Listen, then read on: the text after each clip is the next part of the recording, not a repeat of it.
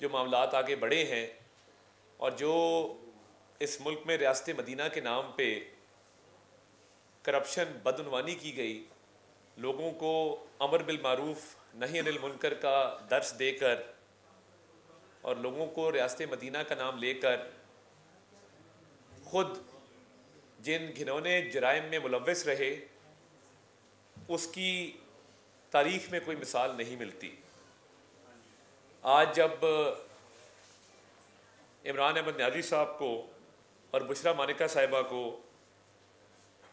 14 साल कैद की सज़ा जो दी गई है, ये वो जराइम हैं जिनसे पाकिस्तान की साख को नुकसान हुआ, जिससे पाकिस्तान का बैनुल अक़वामी सतह पर जो इमेज है उसको ख़राब किया गया और पूरी दुनिया में पाकिस्तान की जग हसाई की गई कि हमारा वज़ीर आज़म इमरान ख़ान ऐसा शख्स था जिसने बैरून मुल्क से आने वाले मेहमानों से लिए गए तहाइफ ब्लैक मार्केट में फ़रोख्त किए। और ना सिर्फ ये, एक कारोबार के तौर पे, एक व्यापार के तौर पे इसको निज़ाम बना के चलाया गया कि जितने भी तहाइफ आते थे उनको औने पौने सरकारी कागज़ों में बेचा जाता था और असल काम पीछे से ये होता था कि उनकी अरबों रुपए की जो कीमत थी वो कहीं और से वसूल की जाती थी। तो ये मिस्टर क्लीन अपने आप को कहने वाले इमरान अहमद न्याजी साहब ने ये परवाह भी नहीं की कि जब वो बेचने पे आए तो सऊदी वली अहद की तरफ से दी गई वो नायाब घड़ी जिस पे खाना काबा का डायल था, उसको भी ब्लैक मार्केट में फ़रोख्त कर दिया गया। और ये तहाइफ जो होते हैं जो दोस्त ममालिक की तरफ से दिए जाते हैं, सरबराहान मुमलिकत की तरफ से दिए जाते हैं, ये इसलिए नहीं होते कि इनको बेच दिया जाए। सरकार आपको एक ऑप्शन देती है कि अगर आप चाहें तो कुछ कीमत अदा करके आप इनको वसूल कर सकते हैं, सिर्फ इसलिए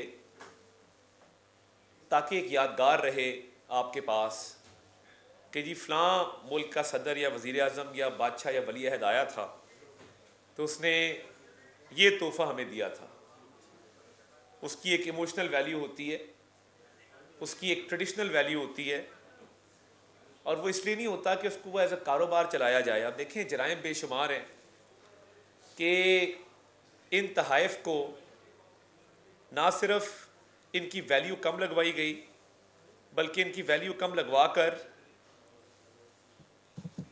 अब एक घड़ी है जो खाना काबा के डायल वाली घड़ी है, वो बाज़ार से ख़रीदी नहीं जा सकती। उसकी कीमत लोकल सतह पे कोई घड़ी की दुकान नहीं लगा सकती क्योंकि वो कस्टम मेड घड़ी है, वो खसूसी तौर पे तैयार करदा घड़ी है और वो एक ही पीस है दुनिया के अंदर, वो नायाब है। जब ऐसी नायाब चीज़ जो मार्केट में दस्तयाब नहीं है और उसमें हीरे जवाहरात लगे हैं, तो फिर जो हीरे जवाहरात के माहिर हैं वो उसकी कीमत लगाते हैं और वो 90 करोड़ से 1 अरब के दरमियान उसकी कीमत लगती है क्योंकि उसके अंदर जो सोना लगा है, हीरे जवाहरात लगे हैं, उनकी अपनी एक वैल्यू है। अब बहुत सारे तोशाखाना के तहाइफ ऐसे हैं जिनकी कीमत लोकल सतह पे 10 करोड़ लगवाई गई और उसका 50% 5 करोड़ सरकारी खजाने में जमा कराया गया और फिर उस घड़ी को वसूल करके ब्लैक मार्केट के अंदर 80-90 करोड़ का बेचा गया और मुनाफा कमा के खा गए। अब ये इमरान अहमद न्याजी साहब और बुशरा मानिका साहिबा एक गैंग चला रहे थे घर पर और बाकायदा वो जो ऑडियो आपने सुनी जिसमें वो मुलाजिम को डांट रही हैं कि ये तहाइफ को किसने तस्वीरें खींच ली, किसने देख लिया, इनको हवा नहीं लगनी चाहिए थी। तो ये बाकायदा एक व्यापार हो रहा था, यानी नाम रियासत मदीना का है और करतूत ऐसे हैं कि चोरी चकारी और डकैती में आप मुलव्वस हैं और ये जो आज 14 साल की सज़ा सुनाई गई है, ये ग्राफ एक कंपनी है बरतानिया की जो कस्टम मेड खुसूसी तौर पर तैयार करदा डायमंड्स के सेट बनाती है। ये जो ग्राफ का सेट था, इसमें नायाब किस्म के येलो डायमंड इस्तेमाल हुए और सिर्फ एक जो छोटा डायमंड है 3 कैरेट का, उसकी कीमत $9,75,000 है। और उसमें एक ब्रेसलेट है, एक घड़ी है, 2 इयररिंग्स हैं, एक नेकलेस है। वो सारे येलो डायमंड से बना हुआ ये ग्राफ का सेट है जिसमें आज सज़ा सुनाई गई है। और वो ग्राफ का सेट, उसका तखमीना लगाया गया है 3 अरब रुपए पे।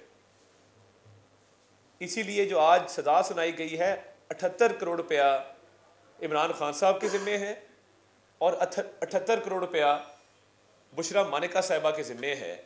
गज़ब खुदा का कि आप दूसरों को चोर डाकू कहें, लोगों को रियासत मदीना और अमर बिल मारूफ नही अनिल मुनकर का दर्स दें और अपने करतूत ऐसे हों कि आप कोई दिया गया तोहफा ना छोड़ें। बनता तो यह था कि ये तमाम तहाइफ तोशाखाना में जमा करा दिए जाते और कहानी ख़त्म हो जाती, या अगर आपने उनको एज ए सुविनियर रखना था, एक यादगार के तौर पे रखना था कि आप लोगों को बता सकें कि जी फ़लाँ मुल्क का सदर आया था, वज़ीर आज़म आया था, वली अहद आया था, बादशाह आया था, उसने ये गिफ्ट दिया है। एक सेंटिमेंटल वैल्यू होती है, इमोशनल वैल्यू होती है चीज़ों की। मगर आपने क्या किया, आपने चोरी चकारी डकैती की इंतहा कर दी कि आप उसकी कीमत लगवाई अपने ही दफ्तर के ज़रिए चंद करोड़ों में, 50% उसका सरकारी ख़जाने में जमा करवाया और ख़ुद आप 3 अरब रुपया खा गए। अब बात था, ये तो पाकिस्तानी अवाम का पैसा था, टैक्स देने वालों का पैसा था। आपने तो खाना काबा के मॉडल वाली घड़ी को नहीं बख्शा, उसको भी बेच दिया। और एक इस्लामाबाद में दुकान है जो घड़ियों की मरम्मत करती है, छोटी सी दुकान है, आपने उससे जाली रसीद बनवाई। हमें कहते थे रसीदा कढ़ो, और अपनी रसीदें इतनी जाली निकली हैं कि आप एक जालसाज, एक फ्रॉड, एक मकार और करप्ट शख्स के तौर पे सामने आए हैं। और ये मामूल बन गया था कि कई 100 तोहफे वसूल हुए 2018 से 2022 इमरान खान साहब को, और हर तोहफे को हिरस लालच के साथ बुशरा मानिका साहिबा वसूल करती थी। और उसके बाद उनकी एक टीम थी जो इनको ब्लैक मार्केट में बिकवाती थी। कोई घड़ी दुबई में बेच दी, कोई किसी और मुल्क में बेच दी। और फरा गोगी साहिबा जो आज तक मफरूर हैं, वो इसमें कलीदी किरदार अदा करती थी। तो मैं ये समझता हूँ कि आपने ना सिर्फ रियासत पाकिस्तान का नुकसान किया, आपने वजारत उज़्मा के ओहदे को बेतौकीर किया। प्राइम मिनिस्टर के ऑफिस का एक लेवल है कि जहाँ पे तोशा खाना के तहाइफ शहबाज शरीफ साहब ने राहदारियों में सजा के रख दिए लेबल्स के साथ कि मुझे ये तोहफे मिले हैं, मैं राहदारियों के अंदर रखूँगा ताकि लोग देख सकें कि फ़लाँ मुल्क के सरबराह ने क्या चीज़ मुझे दी है। और इधर एक एक पाई के लिए इन्होंने ये पूरा करप्शन का एक निज़ाम वज़ा किया। वो ग्राफ का सेट अगर आप देखें येलो डायमंड्स वाला, वो खसूसी तौर पे तैयार करता है और वो आप ऑनलाइन भी नहीं खरीद सकते, वो खरीदा नहीं जा सकता। अपॉइंटमेंट लेनी पड़ती है ग्राफ के स्टोर पे। आप अपॉइंटमेंट लेते हैं, ग्राफ का स्टोर आपको अपॉइंटमेंट देता है कि फ़लाँ तारीख को इतने बजे आप आएंगे तो तब आपको कीमत तय की जाएगी। कीमतें लगी नहीं होती इसके ऊपर, क्योंकि ये नायाब चीज़ें हैं। ये जो येलो डायमंड है, ये एक इंतहाई नायाब चीज़ है। तो मेरी तो समझ से बाहर है कि आप अपने ओहदे का इस तरह इस्तेमाल कैसे कर सकते हैं। मिस यूज़ ऑफ अथॉरिटी है, मिस यूज़ ऑफ ऑफिस है। आपने अपने इख्तियारात का नाजायज़ इस्तेमाल किया और इतनी करप्शन की कि ये अरबों रुपए में जाती है। आपने जो सिर्फ तहाइफ बेचे हैं वो 15 से 20 अरब के आप सिर्फ तहाइफ बेच गए हैं। आपको कुल तहाइफ तकरीबन 200 जो वसूल हुए थे, आपने आदत बना ली कि उन तहाइफ को, और ये देखे ना, एक तोहफा आया है, बुशरा मानिका साहिबा उसको दबोच लेती थी लालच के साथ कि ये किसी और को नजर ना आ जाए, कोई इसको देख ना ले, किसी और के हाथ ना लग जाए, और फिर उसके बाद उसकी वैल्यू कम लगवा के औने पौने उसको खरीद लेती थीं और बाद में ब्लैक मार्केट में उसका सौदा किया जाता था। यानी आपने इस कौम का, इस मुल्क का मजाक बना दिया, आपने पूरे निज़ाम का मजाक बना दिया कि आप अरबों रुपए के तहाइफ मजाक मजाक में ही बेच गए। इस मुल्क में इतनी करप्शन किसी हुक्मरान ने, किसी वजीर आजम ने नहीं की जितनी इमरान नियाज़ी ने की है, और बेदर्दी के साथ की है, और एक सोचे समझे मंसूबे के तहत की है। आप असासे देखें ना, आप 2018 से पहले के असासे देखें और 2018 के बाद के असासे देखें, तो कब्जा ग्रुप था, पूरा पूरा माफिया था। अलीमा खान साहब हैं, वो कब्जे करवा रही हैं उधर भक्कर में, आप जानते हैं। उज़मा खान साहिबा कब्जे करवा रही हैं, कई सौ कनाल ज़मीन हथियाई जा रही है, और आपकी बेगम साहिबा हैं, वो घड़ियाँ बेचती जा रही हैं।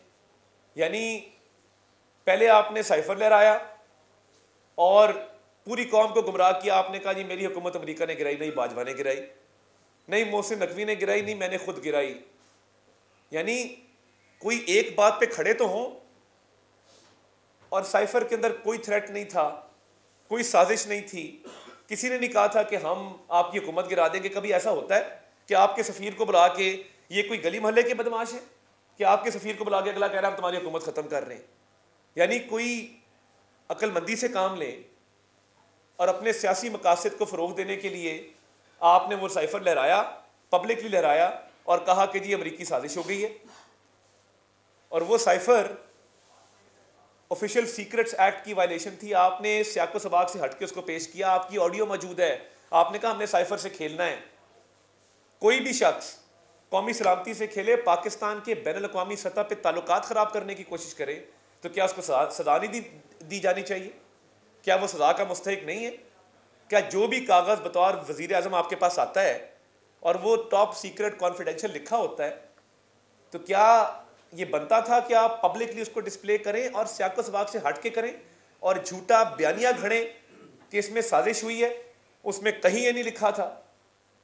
आपने पाकिस्तान को इतना नुकसान पहुंचाया, और देखें पाकिस्तान के दुश्मन इससे फायदा उठाते रहे, एंटी पाकिस्तान लॉबीज इससे फायदा उठाती रही।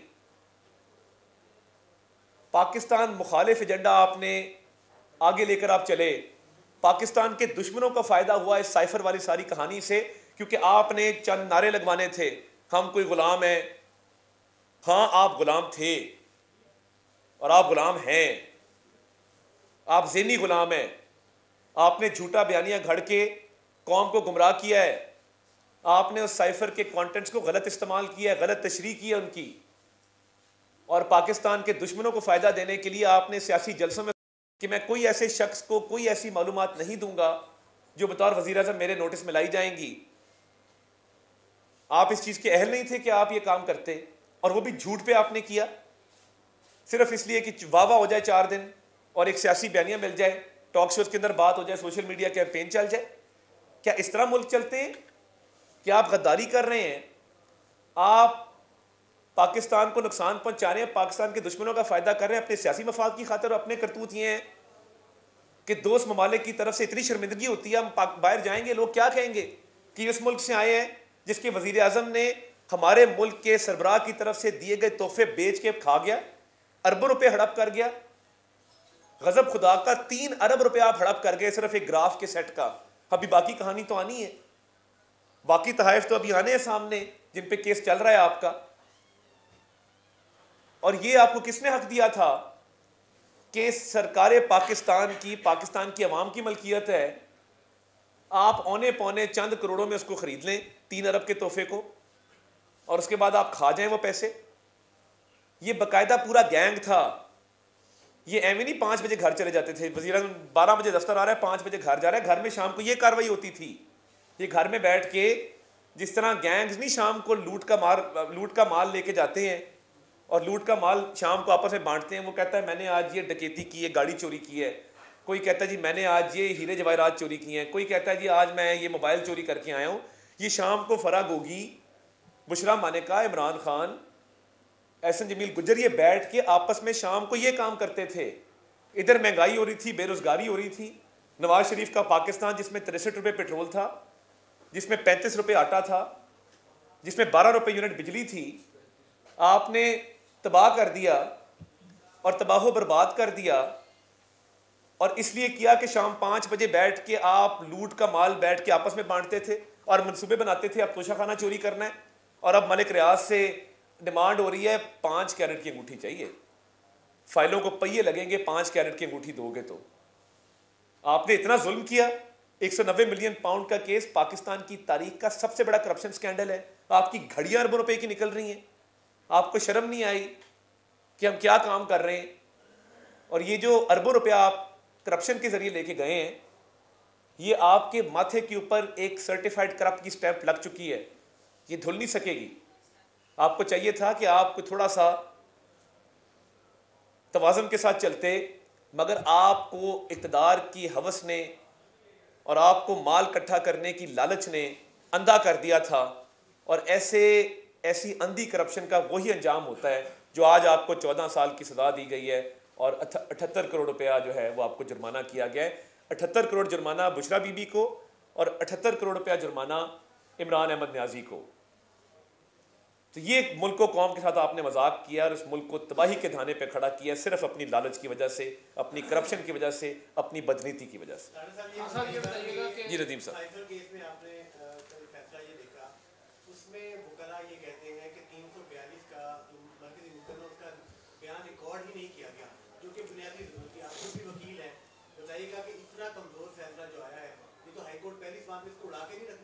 देखिए बात यह है कि जब आपके वकला ताखीरी हरबे इस्तेमाल करेंगे, फॉरेन फंडिंग केस को 6 साल लगे डिसाइड होते हुए, 6 साल। कभी एक उज़र, कभी दूसरा उज़र, कभी एक बहाना, कभी दूसरा बहाना। जो स्टेट काउंसिल अपॉइंट किया जाता है कानून के तहत किया जाता है। और देखिए अब किसी चीज़ पे साइन ना करना, कोऑपरेट ना करना, तो क्या ट्रायल रोक दिया जाए? क्या पूरे पाकिस्तान में ट्रायल, किसी मुलजिम को ये सहूलत हासिल है कि वो इतनी तारीखें ले और केस को इल्तवा का शिकार कर दे? मेरे नज़दीक साइफर का case open and shut case था पहले दिन से, क्योंकि एविडेंस मौजूद थी। केस चलता है एविडेंस के ऊपर। अगर तो वो साइफर लहराया ना होता जलसे के अंदर और वो वीडियो मौजूद ना होती और उसको स्याको सबाक से हटके पेश ना किया गया होता तो फिर आपकी बात मान ली जाती। पूरी दुनिया ने देखा है वो साइफर लहराया गया है, और उसको लहराना, उसके हवाले से बात करना, उसको झूठ घड़ना जिससे मुल्क दुश्मनों का फ़ायदा हुआ है, वो ओपन एंड शट केस उसी दिन बन गया था जिस दिन आपने जलसे में तकरीर की। वो सजा सुनाता है, लेकिन बुशरा बीबी ना वो मफरूर थी, ना वो उससे बाहर थी, वो पाकिस्तान में बल्कि इस्लामाबाद में मौजूद थी। कहा यह जा रहा है कि जज साहब ने छुट्टी मांगी थी, वो बीमार थे, उन्हें छुट्टी नहीं दी गई, तो उन्होंने गुस्से में फैसले सुना दिया केस का। तो अब इसका आगे क्या? नहीं देखिए, मैं ये समझता हूँ कि बुशरा साहिबा भी अदालतों में पेश नहीं हो रही। उन्होंने पिछले कई माह, आप रिकॉर्ड निकाल के देख लें कि कितनी पेशियाँ उन्होंने स्किप की हैं, सिर्फ इसलिए कि उनको पता है कि उन्होंने जो इमरान न्याजी साहब की हुकूमत को डुबोने में जो किरदार अदा किया है, अब पशेमानी भी है कि अंदाज़ा नहीं था ना कि इतनी करप्शन हम करें, हमें भी कोई पूछेगा। तो ये अब केस सारे जेन्युइन हैं, आपके सामने ओपन एंड शट केसेस हैं।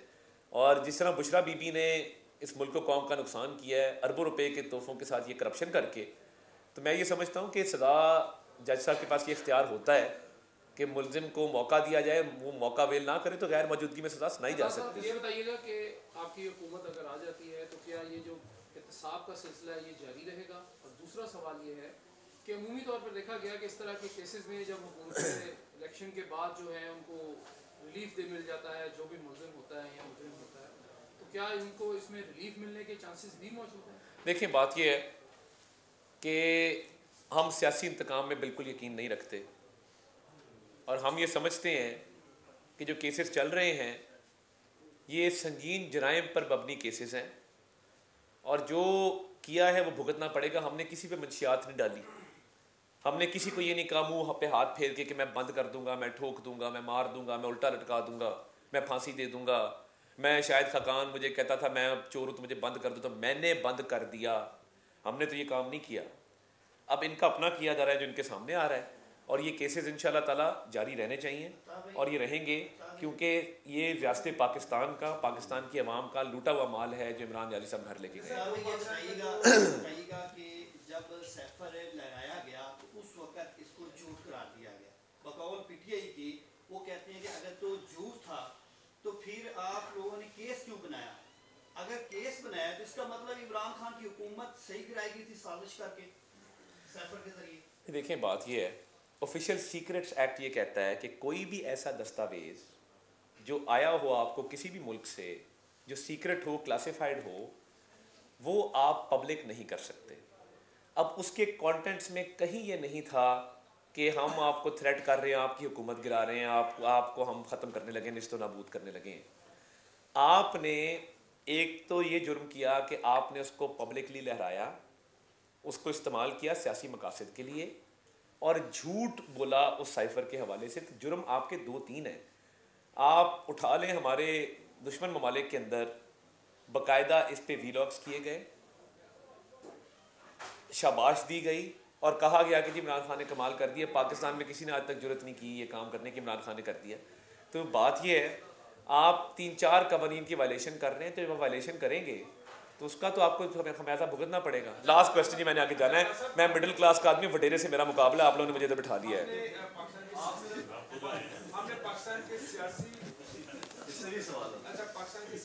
कानूनी जो निज़ाम है हमारे यहाँ, उसमें आपने देखा कल एक कल एक चोर डाकू को सजा होती है जिसको नवाज शरीफ कहते थे, वो आज मोतबर हो गया। आज जिसको सजा हुई है चोर डाकू के नाम पे, कल को मोतबर हो जाएगा। तो पॉलिटिकल और लीगल सिस्टम है वो कहाँ पे स्टैंड कर? नहीं, देखें, बड़ा फ़र्क है। पनामा का केस बनाया गया, बेटे से तनख्वाह ना लेने पे निकाला गया, सियासी इंतकाम का निशाना बनाया गया, डे टू डे ट्रायल चला के सज़ा दी गई। इधर तो 190 मिलियन पाउंड का केस खुद उन्होंने इतराफ़ किया कि मैंने जान के बरतानिया में केस नहीं किया था क्योंकि पैसे ज़ाया हो जाते हैं, तो इसलिए मैंने काबीना से अप्रूवल दे दी और मलिक रियाज को अरबों का फ़ायदा दे दिया। तोशा खाना का case open and shut case है आपके सामने, अरबों रुपए के तहफ़ बेच दिए अंडर वैल्यू करके। साइफर का केस आपके सामने है। तो मैं नहीं समझता कि कोई एविडेंस के बगैर केस बना है, बड़ी ठोस एविडेंस पे ये केस बना है। ये कल को मुतबर नहीं होगा, ये इंशाल्लाह ताला। लास्ट